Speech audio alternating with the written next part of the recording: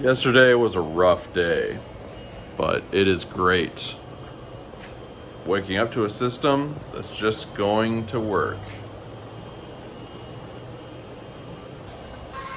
Last night didn't really have a ton of time to print things, so it's no real morning roundup. Plus, this thing had been acting up long enough that I kind of ran out of filament.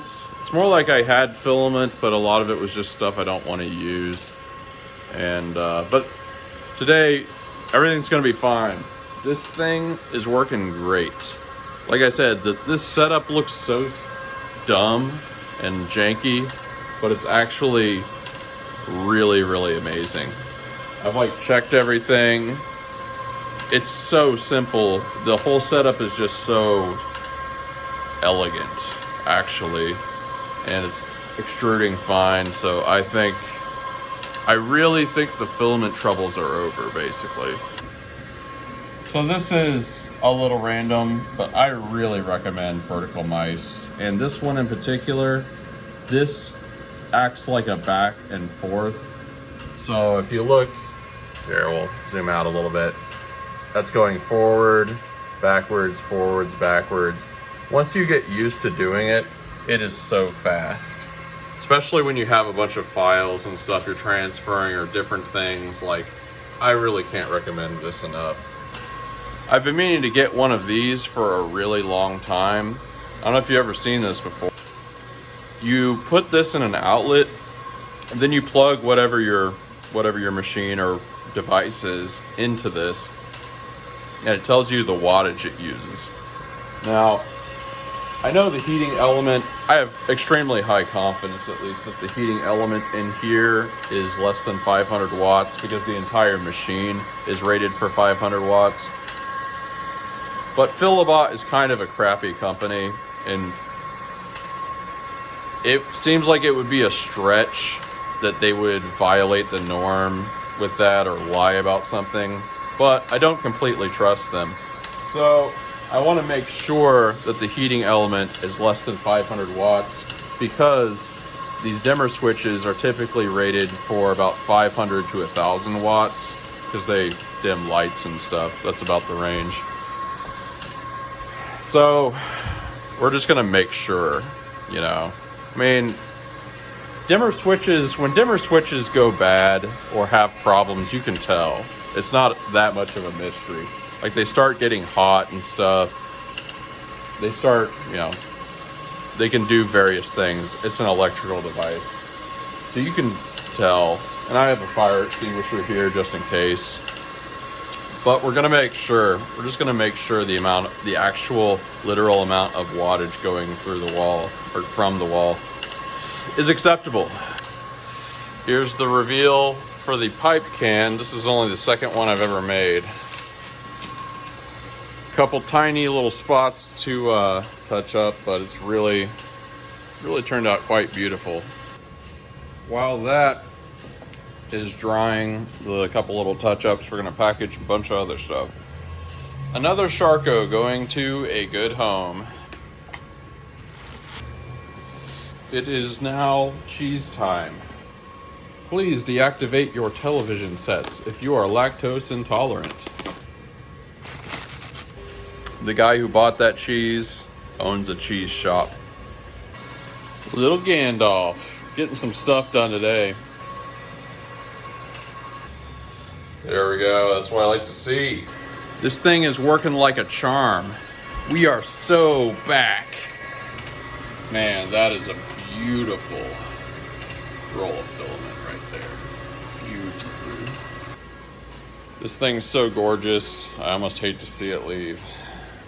Kind of a good bit of stuff to take to clients, but I think I can fit this in my car.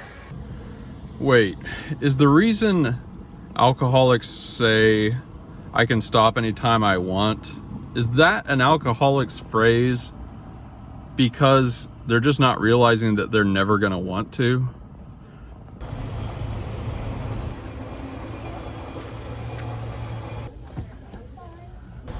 You know, one sign of addiction is everything becomes a excuse to do the thing. Like, an alcoholic if they have a bad day. They'll be like, I'm gonna get a drink because I had a bad day. But if they have a good day, they're like, I'm gonna have a drink because I had a good day. I had a bad day yesterday and I'm having a good day today, so let's go get some coffee. Literally just speaking about alcoholism.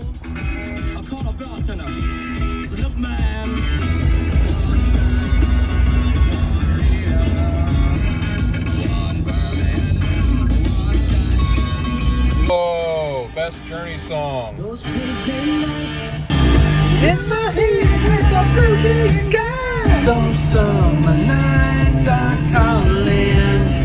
Stone in love. Band off band. In the heat with a blue jean girl. One in love. Once in a lifetime. Stone in love.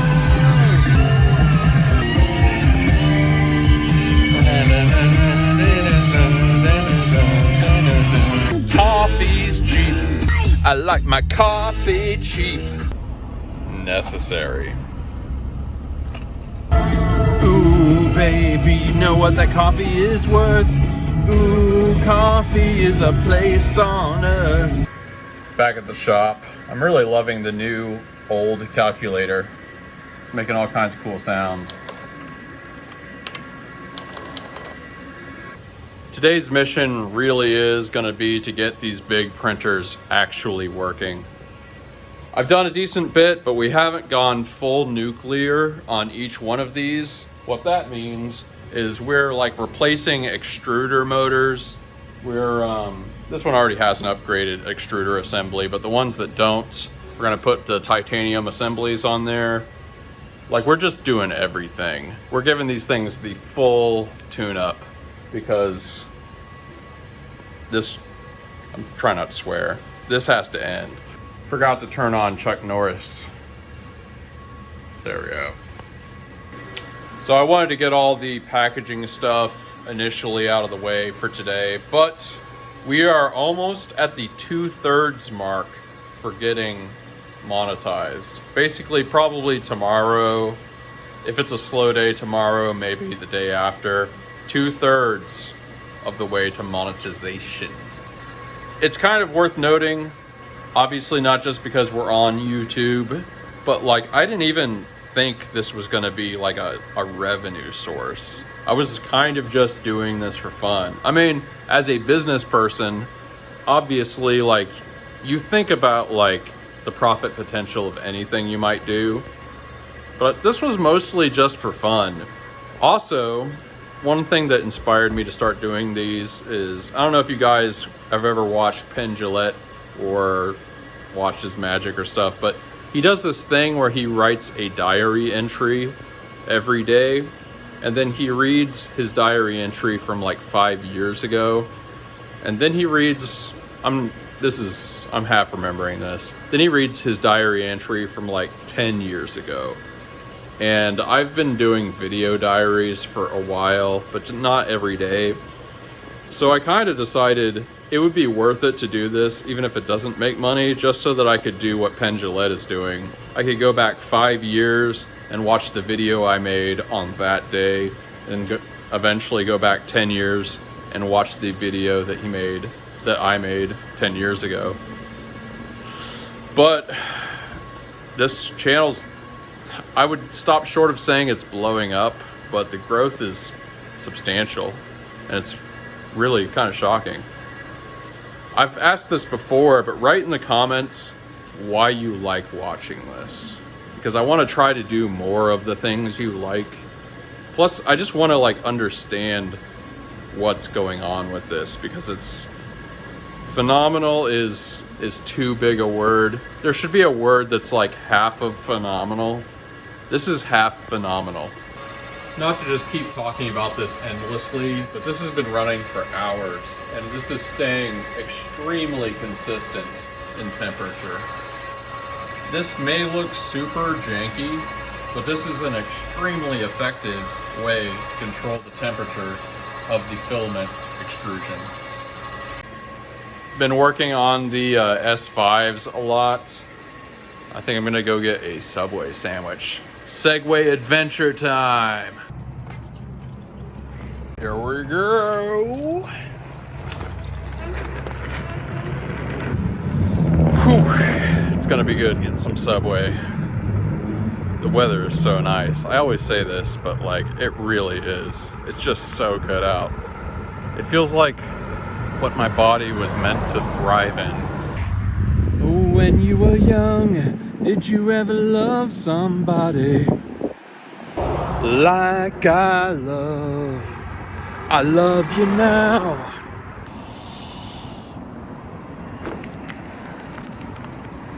I kind of wish I had the shop in one of those old brick buildings, like that used to be textile factories and stuff like that.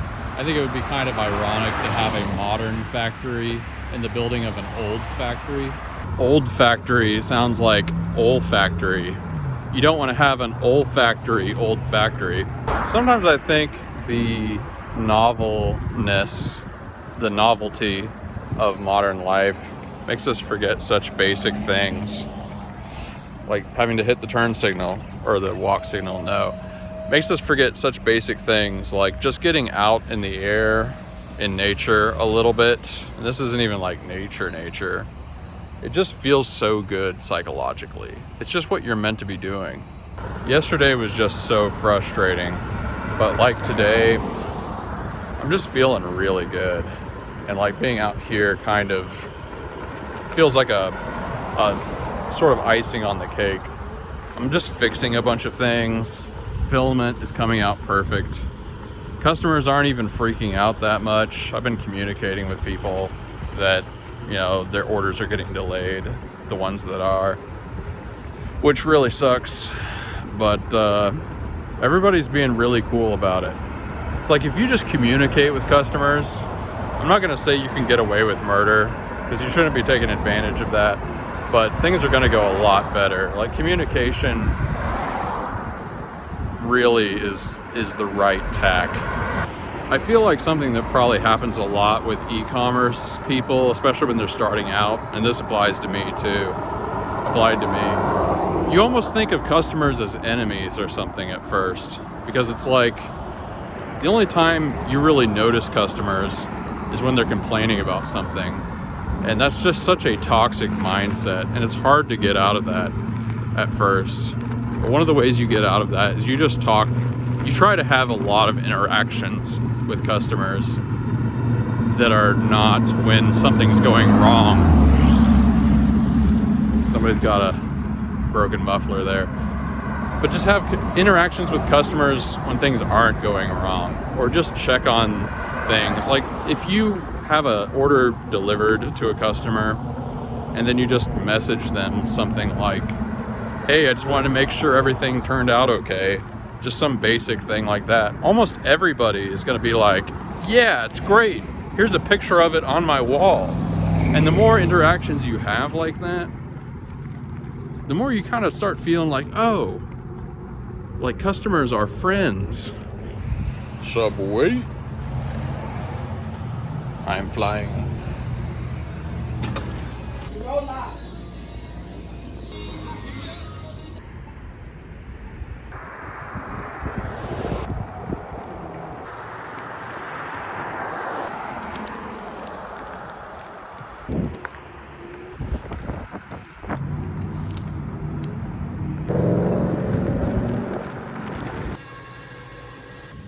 So we just got this one basically fixed, I think. We'll see how it goes. This one, I've noticed a subtle problem that I think may have been the cause of some of the problems here. If you listen,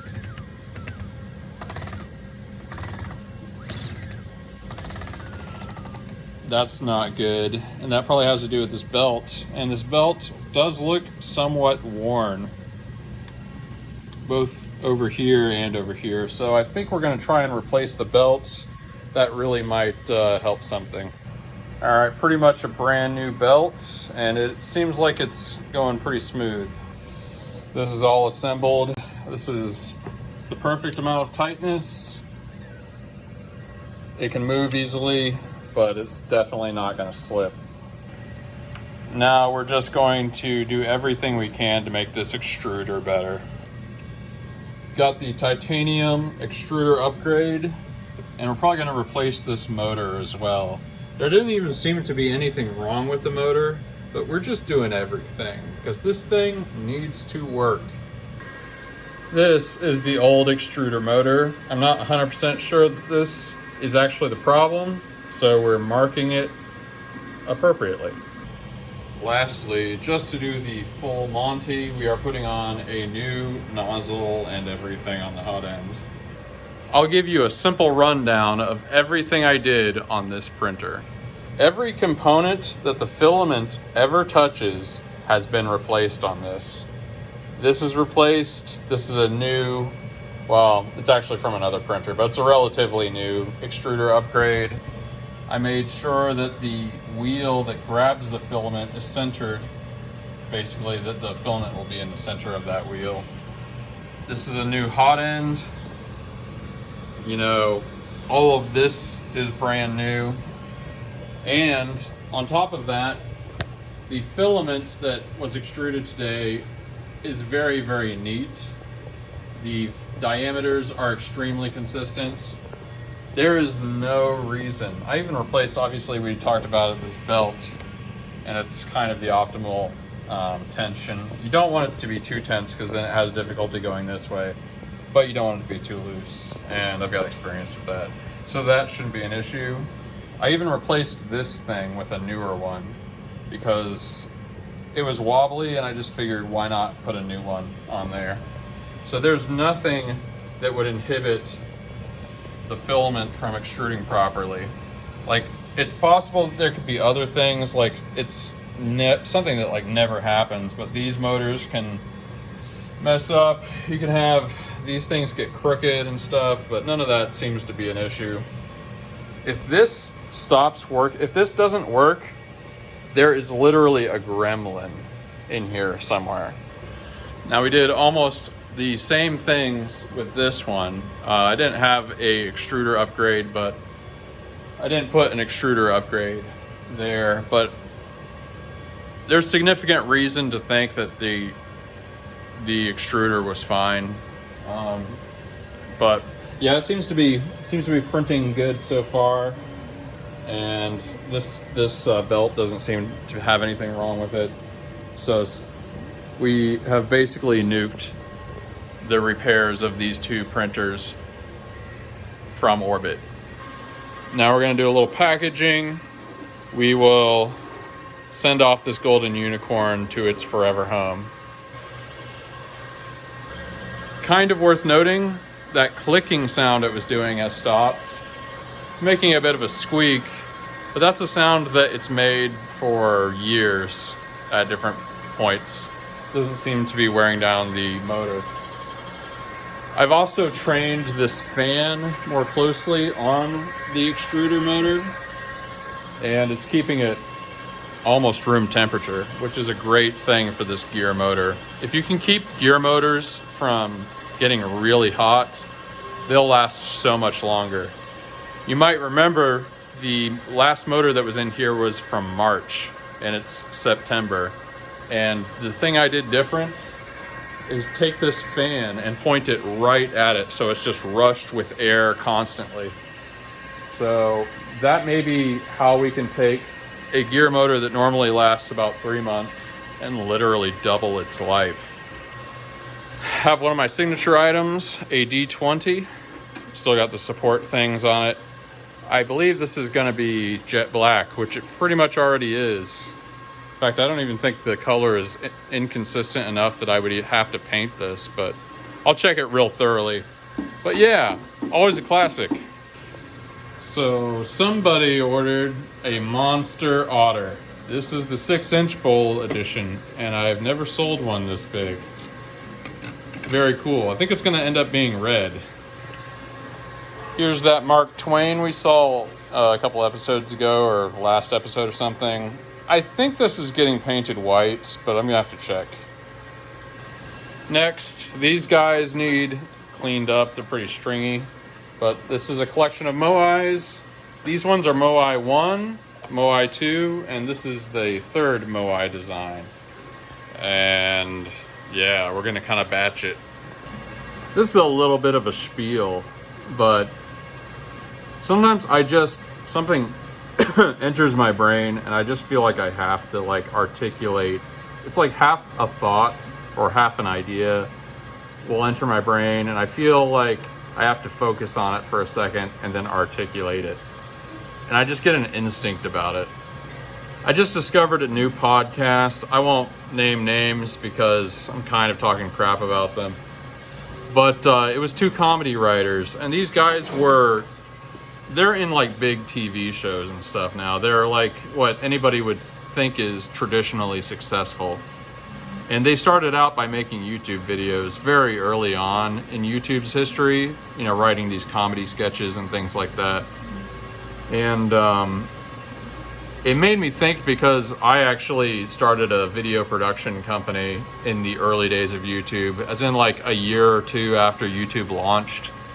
And it didn't end up working out for a variety of hard to describe or summarize reasons. But basically, I kind of could have been these guys. So I don't have very much of a knee-jerk need to compare myself to others. But it just occurred to me, like a lot of the stuff they've talked about made me think like I basically could have been them, more or less. And I listened to a few episodes of the podcast that they were doing, which is about a couple hours worth.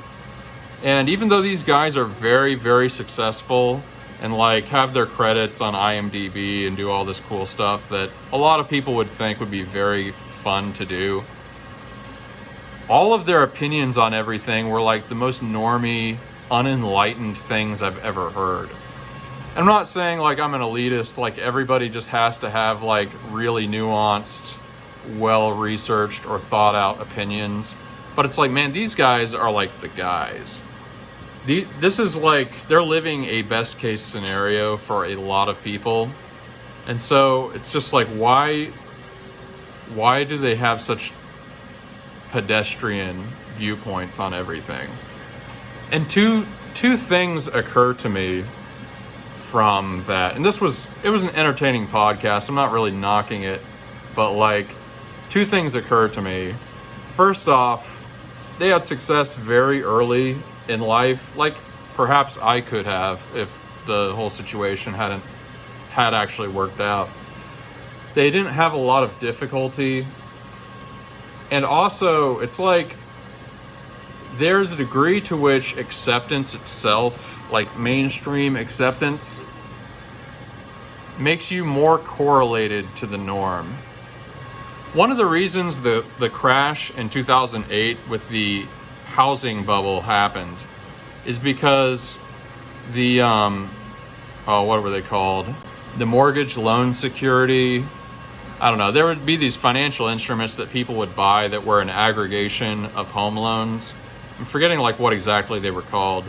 But when that became an extremely mainstream investment, what that meant is that all of these uncorrelated investments, or all these uncorrelated mortgages, basically, which, if they failed or didn't fail or whatever, they had nothing to do with each other nationally. Everything was very isolated. But when I really need to remember what this is called. All right, I looked it up. Mortgage-backed securities. These mortgage-backed securities made the entire U.S. housing market correlated, which means that the whole thing could fail, and that's what happened in 2008. Whereas the failures were isolated before. Like if some bank or something had a bunch of mortgages that went bust, maybe it affected a tiny little piece of the nation, a certain region at most. But when you had mortgage-backed securities, the whole thing could fail. So here's what I'm saying about that. When you kind of get success and are accepted into the mainstream, you are subject to the same pathologies that like a huge group of people are subject to.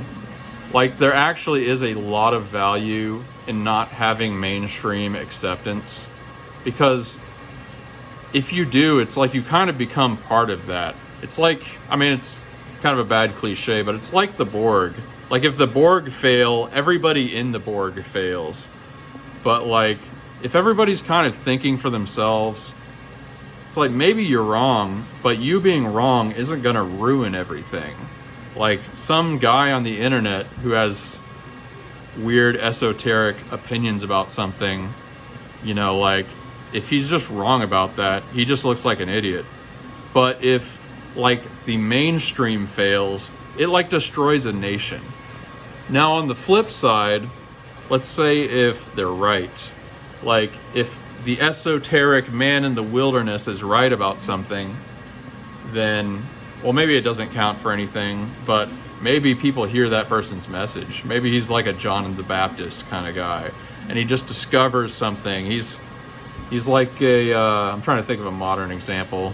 I mean, maybe you could say somebody like Nikola Tesla. Like, he wasn't the most mainstream guy in the world, but he was unbelievably influential. And the 20th century in particular is full of people like this that were very much outside the mainstream. I mean, Einstein was that. He was rejected by like the scientific mainstream. Even when he released the general relativity, it took a long time before the I want to say it took like 5 years before the scientific community generally agreed that he was right about it. So there really is kind of some value in being at least slightly apart from the mainstream and slightly apart from the pathologies of the mainstream.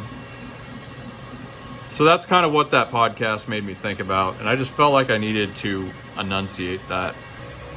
Oh yeah, I meant to also mention being apart from the crowd.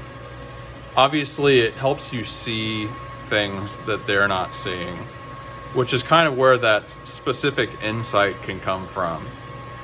That's also like the value of being somewhat uncorrelated. Maybe I kind of already said that, but I just felt like that needed to be said. The new mask fits really well. Oh. Have you ever thought about the phrase, not worth a hill of beans? Do you have any idea how much a hill of beans would be worth?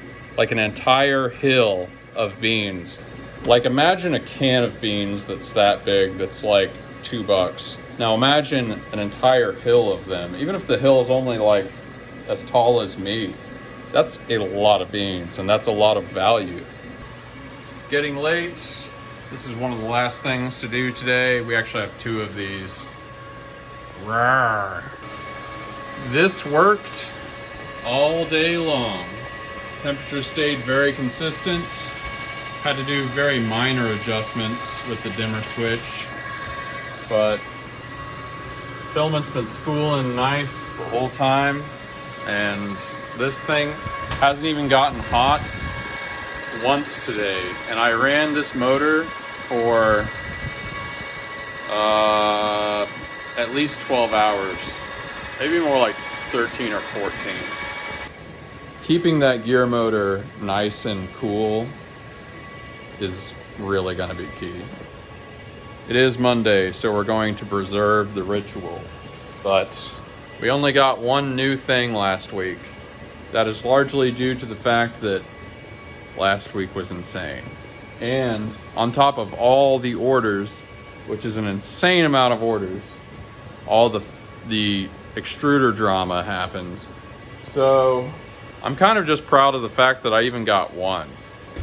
If you guys haven't seen that segment before, each one of those slots represents a new item. We do it every Monday. Much time was spent optimizing and fixing all of these big printers, and they are working. Both of these guys have been running for, well, we can see, it said like 5 hours. This has been running for 4 hours. And this is basically perfect. I mean, this is about as perfect as it gets, really. Like, remember, every surface has been replaced. Everything filament touches, and this X-axis belt, it's like basically new. One thing I've figured out that isn't that big a deal with this printer is this piece of glass is just like from some kind of coffee table or something. This is the one that got shipped through the mail with no padding. And so that means the first layer kind of comes out sort of patchy, but if you level it right, this has like 5 layers at the bottom, so it kind of doesn't matter if the first layer isn't totally perfect. But yeah, it works. Let's sit in the vintage movie theater seat for the gratitude segment. Well, it's been a very, very, very full day. A really full day, because yesterday was a disaster. But the disaster of yesterday has become the utopia of today. It's early, but so far all the big printers are really just operating perfectly with absolutely no signs that they're going to be troublesome. Maybe most importantly, and it's hard to express how good this feels. All of the filament that was extruded today was as perfect as filament as I've ever made in my life. And the knowledge that every part of that filament making setup is extremely easy to replace or work on or fix or whatever the case may be, it just feels so good. I'm making pretty much perfect filament, and some of the last few rolls had recycled material again. I ran some without the recycled material at first, but those latest rolls do have recycled material, and it's extruding perfectly. And I'm using it, and it works fine. Although the real test, of course, is over the course of time, printing the entire object and everything. All this is to say, it feels great. I'm super thankful. I'm glad I didn't completely despair yesterday, because that was one of the more frustrating days I've had kind of in the history of this business. There's been way worse days, but it would be like top 20, 30, something like that. Everything you want is on the other side of frustration. I'm not the biggest fan of Grant Cardone, but he does have a phrase that says, let's get bigger problems, or let's get better problems. And that's what entrepreneurship is. There's always problems. Being broke has all kinds of problems. So it's like, you're just trading your problems. There's problems all the way down. Mo money, mo problems. Anyway, I won't rant too much, but let me know in the comments what you're grateful for. Man, extra credit if you give me stuff in the comments that is a struggle for you that you're grateful for. That's how you get to be the inner circle around here, okay? We're seeing difficulty as opportunity, because we are warriors. Blood alone moves the wheels of history. Give me those sweet, sweet comments down below, and I will see you tomorrow. Peace.